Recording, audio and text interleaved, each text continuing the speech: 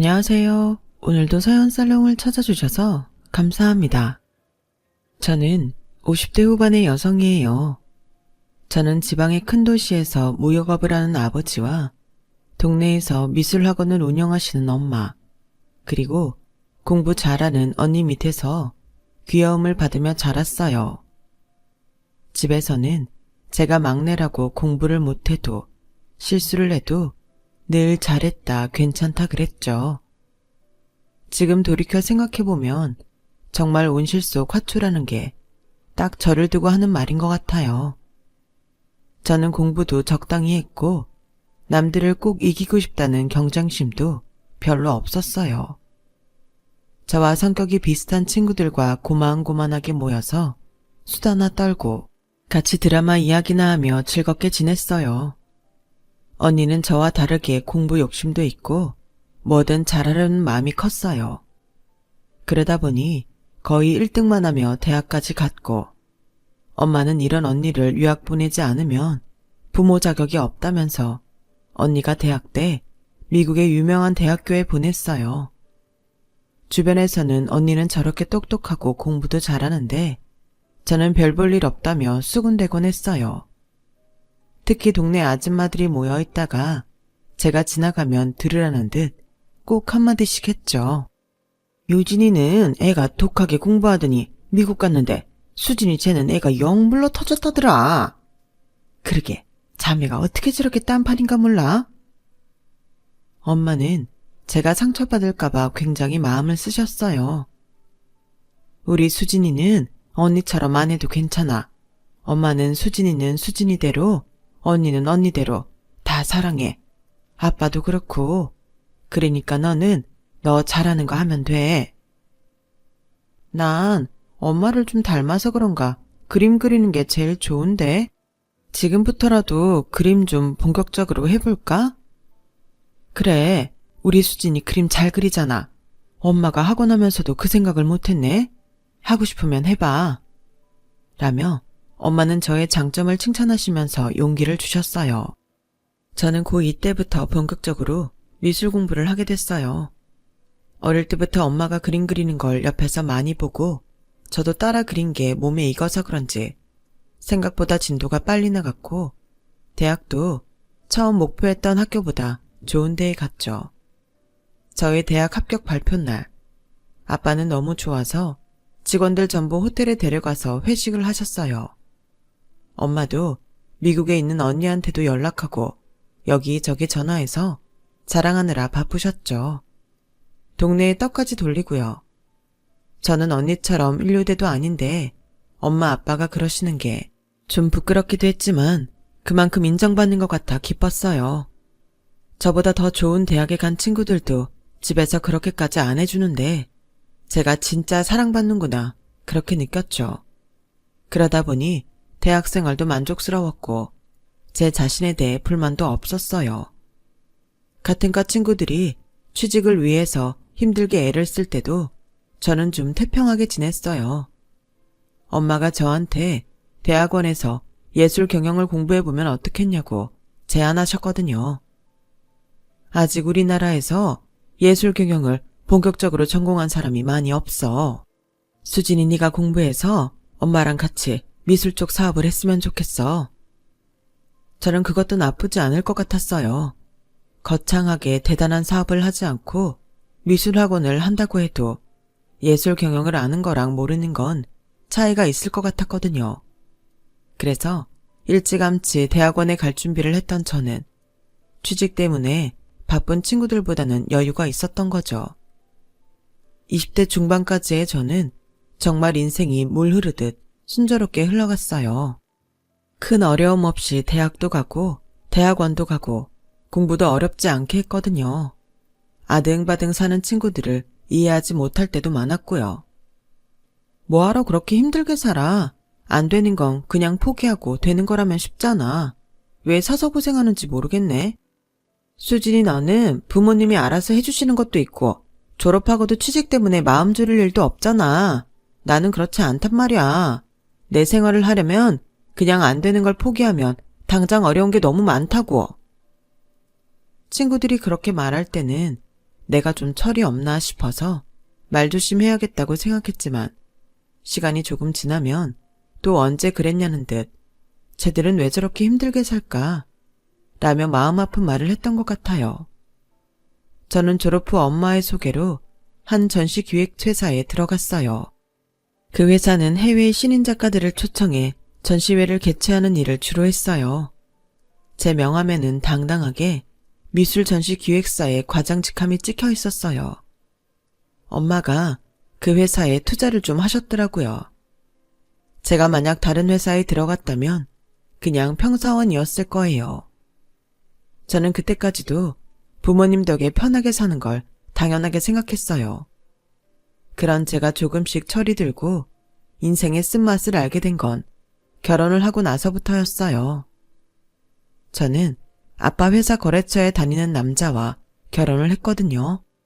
부모님은 그 사람을 좋아하지 않으셨는데 저한테 지극정성으로 잘하는 걸 보고 어쩔 수 없이 허락하셨어요. 저는 그 사람의 배려와 자상함에 반했기 때문에 부모님이 결혼을 반대할 때에는 속상했어요.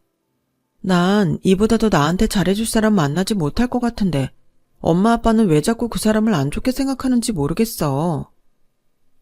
수진아, 엄마 아빠가 너한테 언제 손해보게 한 적 있어? 다 너 잘되게 하려고 얼마나 노력하셨어. 너 이제 20대 중반이고 앞으로 남자 만날 기회는 얼마든지 있으니까 부모님도 네가 좀 더 마음껏 네 생활을 하다가 결혼을 했으면 하시는 거지. 언니라면 엄마 아빠 말 들을 것 같아. 라며 미국에서 아직 공부 중인 언니는 전화로 저를 달랬어요. 하지만 저는 그 남자한테 완전 푹 빠져서 정신을 못 차렸어요. 그때 조금이라도 부모님이나 언니 말에 귀를 기울였더라면 얼마나 좋았을지 나중에 두고두고 후회를 했죠.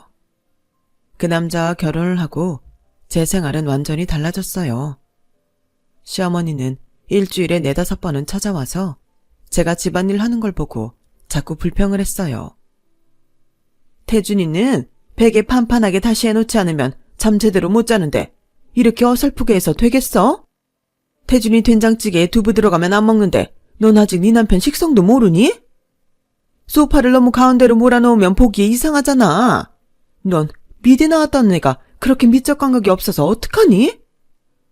너 행여나 니네 집에 돈 좀 있다고 도우미 부를 생각하지 마라.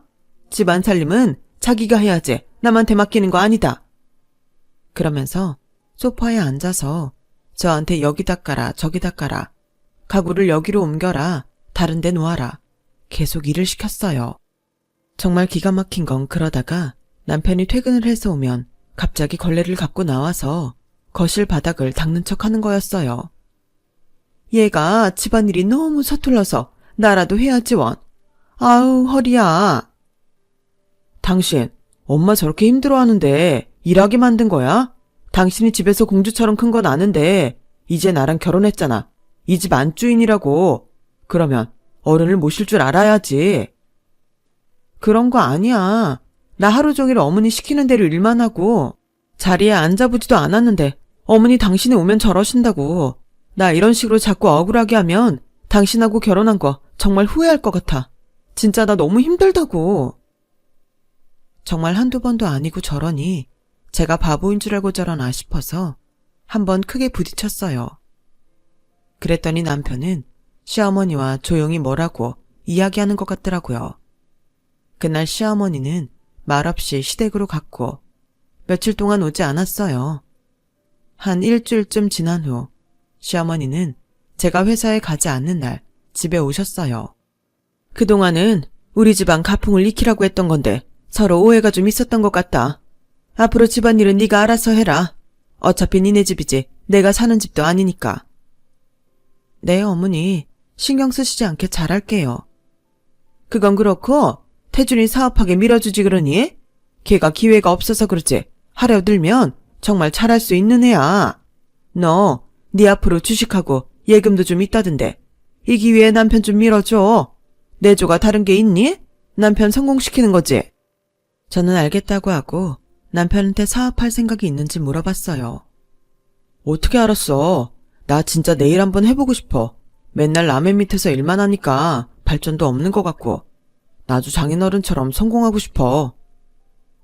남편이 기다렸다는 듯이 말하는 걸 보고 저는 두 말도 않고 제 주식을 팔고 예금하고 투자했던 것까지 빼서 남편이 사업할 수 있게 해줬어요. 남편은 술을 수입하는 회사를 차리고 저희 친정 부모님까지 초대하는 등 굉장히 좋아했어요. 남편 사업은 잘 되는 것 같았어요. 가끔씩 저한테 어음을 막아야 된다고 도움을 요청한 적이 있었고 저나 엄마한테 도움을 청해서 몇 번 자금을 융통해줬어요. 그러던 어느 날 남편은 와인 수입도 하겠다며 일을 벌리더니 당연하다는 듯 저한테 돈을 요구했어요. 내가 알아보긴 하는데 당신도 이제 사업도 자리 잡았으니까 다른 데에서 자금 융통할 생각을 해봐. 내 돈은 당신 처음 사업할 때 다 써서 없다고. 친정이 부탁하는 것도 한두 번이잖아. 뭐라고? 기분이 좀 찝찝한 게 나한테 돈 좀 해준다고 갑질하는 것 같다. 당신이 뭐 그렇게 대단한 돈이라도 해준 줄 아나 본데 친구들 보면 처가에서 건물도 사주고 사위를 얼마나 대접하는 줄 알아? 당신 집안은 은근히 나 무시하는 거 나 알거든? 그거 당신이 다 이런 식으로 처신해서 그러는 거야. 라며 오히려 화를 버럭 내더니 그 길로 집을 나가서 들어오지 않았어요. 결혼하고 2년 정도 지났을 때였어요. 남편은 그때부터 노골적으로 저를 공주짓이나 하는 형편없는 여자라고 비난하면서 외박을 하기 일쑤였고 시어머니는 모든 걸 제 탓으로 돌렸어요. 내가 이럴 줄 알았다. 신혼 초부터 시어머니 하는 말에 파르르 화나내더니 이제는 남편도 집에 붙어있지를 못하게 만드는구나. 하여간 잘났다 잘났어. 저는 남편 때문에 너무 속을 썩다가 밥도 못 먹고 탈진에 쓰러져 응급실에 실려갈 때였어요. 점점 결혼 생활에 회의를 느끼고 이혼을 생각하는데 병원에서 저한테 임신이라고 그러더군요. 8주 접어들었네요. 제일 조심해야 될 때니 스트레스 받지 말고 절대 안정 취하세요. 아이한테는 아무 잘못도 없는데 제 상황이 그러니 그저 눈물만 나고 어떻게 해야 할지 모르겠더라고요. 매일매일이 막막하기만 했지만 친정에는 이야기하지 않았어요. 저는 저 때문에 걱정을 끼쳐드리고 싶지 않았거든요. 그런데 어느 날부터인가 친정엄마하고 연락이 잘 안 되더니 아예 없는 번호라는 거였어요. 저는 너무 놀라서 친정에 갔어요. 집은 이삿짐을 옮기느라 온통 난장판이었어요. 엄마, 이게 어떻게 된 일이야? 갑자기 이사를 왜 해? 너한테 미리 이야기하지 못했는데 아버지 사업이 어려워진 지 좀 됐어. 지금 우리 더는 못 버텨서 처분할 거 처분하고 작은 집으로 옮기기로 했다. 알고 보니 아빠는 새로운 판로를 개척하다가 그 사업이 잘 안 돼서 타격을 입었다고 했어요. 아빠는 재산의 거의 대부분을 잃으셨고 그래도 어떻게든 재계하기 위해서 열심히 뛰어다니고 계셨어요. 저는 거의 매일 잠도 못 자고 엄마 아빠 걱정에 애가 탔어요. 그런데도 남편은 장인 장모 괜찮다는 말 한 번 묻지 않았고 오히려 짜증을 내며 집에도 더 오지 않았어요. 자기가 돈이 필요할 때만 저한테 연락을 하더군요. 저는 얼마 남지 않았던 주식을 모두 처분해서 친정 엄마에게 드렸기 때문에 돈이 없었어요. 친정 부모님, 갑자기 건강이라도 나빠지면 병원은 제대로 가야 됐으니 비상금 명목으로 드렸던 거였죠. 그래서 돈이 없다고 했더니 남편은 화를 벌컥 냈어요. 아 진짜 입만 열면 돈 없다는 소리 지겨워 죽겠네. 무슨 거지가 들러붙었나? 그러더니 다시는 집에 전화도 하지 않았고 제 전화를 받지도 않았어요. 처음에는 그러려니 했는데 한 달이 넘도록 남편 그림자도 볼 수가 없어서 어쩔 수 없이 시댁에 연락을 했어요. 어머니, 혹시 그 사람 연락 온 적 있어요? 집에 들어오지도 않고 전화도 안 돼서 그래요. 너는 무슨 낯짝으로 나한테 전화질이냐? 내조 제대로 못하는 게 남편은 되게 단속하고 숨막히게 하는구나. 너 안 만나는 게 뭐 그리 대수라고 이래? 어머니, 남편이 안 들어오는데 찾는 게 당연하죠. 제가 언제 그 사람을 단속했다고 그러세요. 자꾸 그렇게 억제 부리는 말씀 하지 마세요. 야, 넌 아직도 네가 공주인 줄 아니? 너 이제 아무것도 아니야. 집안도 망한 게 어디서 주제를 모르고 설쳐? 너 지금 나한테 말대꾸 하는 거냐? 어디다 대고 큰 소리야. 그렇게 걱정이 되면 돈이라도 팍팍 주지 그랬어. 네 애비 망하기 전에 태준이한테 투자했으면 얼마나 좋았을 거야. 그동안 참았는데 나도 더는 너 같은 며느리 필요 없으니까 당장 그 집에서 나가. 라며 전화를 끊는데 정말 기가 막혔어요. 우리 집이 망하니까 저렇게 본색을 드러내는구나 싶어서 억울함에 눈물이 쏟아지더라고요. 내가 엄마 아빠 말을 들었으면 이런 일 없는데, 언니가 하는 충고를 들었어야 됐는데 내가 바보였지. 내가 멍청이야. 저는 바닥에 주저앉아 통곡을 하며 밤새 울었어요. 아침이 되자 저는 몸을 추스르고 머리도 묶고 남편 회사를 찾아갔어요. 갈 때마다 못 만났지만 오늘은 숨어 있다가라도 봐야겠다 했어요. 만나야 끝을 내든 사달을 내든 할 테니까요. 회사에서는 역시 문 앞에서부터 직원이 저를 못 들어오게 했어요. 사모님, 저희도 정말 곤란해요. 사장님이 사모님 회사일 간섭 안 하셨으면 하거든요. 제발 가주세요. 늘 하는 말이었고 저는 순순히 물러나서 건너편 건물의 카페에 보이지 않게 앉아서 남편이 오기를 기다렸어요. 2시간쯤 지났나? 처음 보는 큰 외제차가 회사 앞에 와서 서더니 남편이 내리더라고요. 제가 일어나서 나가려는데 차에서 웬 젊은 여자가 내렸어요. 남편의 손을 잡고요. 저는 가슴이 너무 두근거려 그 자리에 있을 수 없었어요. 남편한테 다가가는데 점점 배가 아프고 뒤틀리면서 식은땀이 흘렀어요. 저는 너무 아파서 남편을 향해 손을 뻗었어요. 여보, 나 배가 너무 아파. 태준씨, 이 여자 누구야? 내가 말한 엑스와이프. 지긋지긋하다. 완전 스토커라니까. 아, 그 끈질기게 군다는 여자? 이봐요. 계속 태준씨 괴롭힌 거 다 알아요. 이제 그만 태준씨 놔주고 당신도 당신 인생 살아요. 동정심 유발해서 사람 발목 잡지 말라고요. 남편은 저를 경멸하는 눈초리로 보더니 여자 어깨를 감싸고서 회사 안으로 들어가 버렸고 저는 그 자리에 쓰러지고 말았어요. 회사 경비가 불러준 구급차를 타고 병원 응급실에 실려간 저는 아이를 잃고 말았죠. 저는 아무에게도 연락하지 않고 병원에서 퇴원해 집에 돌아왔어요. 그런데 집에 시어머니가 와 있더라고요. 태준이가 마음이 여려서 너한테 말을 못하겠다더라. 그래서 내가 나서야겠다 싶었어. 너도 봤다며 태준이 새 여자 생긴 거. 일이 이쯤 됐으니 네가 물러서야 되지 않겠니? 니네 집 망했잖아. 우리 태준이나 우리 집에 민폐는 끼치지 말아야지. 그러면서 이혼 서류를 내밀더군요. 저는 더 이상 따질 힘도 없어서 그냥 가만히 있었더니 시어머니가 한심하다는 듯 혀를 차더군요. 행여? 소송 걸 생각은 말아라. 니네 변호사비 낼 돈도 없잖아. 좋은 게 좋은 거니 조용히 끝내자. 알았지? 시어머니는 제가 임신한 걸 알고 있었으면서도 제 몸은 어떤지 별일은 없었는지 묻지도 않았어요. 저는 제가 당했다는 걸 그제야 완벽하게 그리고 뼈저리게 깨달았어요. 제 집만 주섬주섬 챙겨서 집을 나오는데 더는 눈물도 나오지 않았어요.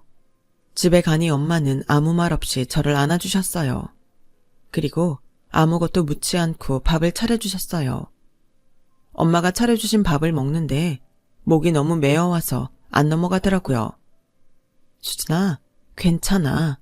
네가 인생에 실패한 적이 없기 때문에 지금 잠깐 시련을 받는다고 생각해. 돌이켜보면 우리 너무 편안하게 잘 살았잖아.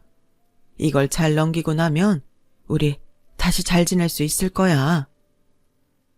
엄마, 미안해. 정말 미안해. 그때 엄마 말을 들었어야 됐는데, 언니 말도 들었어야 됐는데 정말 제가 잘못했어요. 저는 결국 다시 울음을 터뜨렸고 엄마는 괜찮다며 제 등을 쓰다듬어 주셨어요. 저는 엄마 학원에서 초등학생 미술을 가르치기 시작했어요. 제가 가르친 아이들이 예술중학교에도 붙고 상도 타자 소문이 났고 전공하려는 아이들뿐만 아니라 학교에서 성적 잘 받고 싶은 아이들도 몰렸어요. 저는 아이들의 수준별로 반을 나눠서 다른 강사들과 함께 철저하게 눈높이 교육을 하고 그 아이가 어떤 그림을 더 잘 표현하는지 파악했어요. 그러니 아이들이 좋아할 수밖에 없고 학부모 만족도도 올라갔죠. 저와 엄마가 힘을 합해 열심히 학원을 운영하는 동안 아빠는 일본의 지인과 협력해서 일본에서 다시 회사를 세우게 됐어요. 그러던 어느 날 미국에 유학 갔던 언니가 박사학위를 따서 한국에 돌아왔어요. 내가 더 일찍 오고 싶었는데 학위 딴다고 욕심부리느라 우리 집 이런 줄도 몰랐네. 너무 미안해. 어떡해. 아니야. 언니가 신경 쓸까봐 우리가 일부러 연락 안 했어. 우리 지금 괜찮아. 많이 극복했어. 아빠도 일본에서 잘 계신데. 집에 언니가 돌아오면서 활기가 생겼어요. 언니는 큰 투자회사에 스카웃돼서 열심히 일을 했고 저와 엄마도 학원 일을 하며 매일 정신없이 지냈어요. 언니가 돌아오고 몇 개월 지났을 때 언니는 제게 작은 건물을 사줬어요. 나 이런 거 받을 자격 없어. 결혼하고 집에서 돈 가져간 것밖에 없는데 그 결혼도 이렇게 실패로 끝났고. 네 잘못이 아니야. 그 사람들이 나쁜 거지. 그동안 마음고생한 거 조금이라도 보상해주고 싶어서 그래. 라며 언니는 안 받겠다는 제게 기어이 건물을 사줬어요. 저는 그 건물을 리모델링해서 프랜차이즈 카페에 세를 줬어요. 처음 생긴 브랜드라서 사람들이 잘 몰랐는데 거기가 마케팅을 잘했는지 곧 손님들로 북적거리더군요. 그러자 제 건물을 비싸게 사겠다는 사람이 나타났어요. 수진아, 너 그 사람한테 건물 팔지 말고 좀 기다려봐. 거기가 노른자 땅이라서 돈 더 주고 사겠다는 사람들도 나타날 거야. 언니 말대로 바로 옆 큰 건물 사장이 웃돈을 주고 제 건물을 사겠다더군요. 지금 자기가 가지고 있는 건물하고 합쳐서 큰 건물을 짓고 메디컬 센터를 만들 거라고 했어요.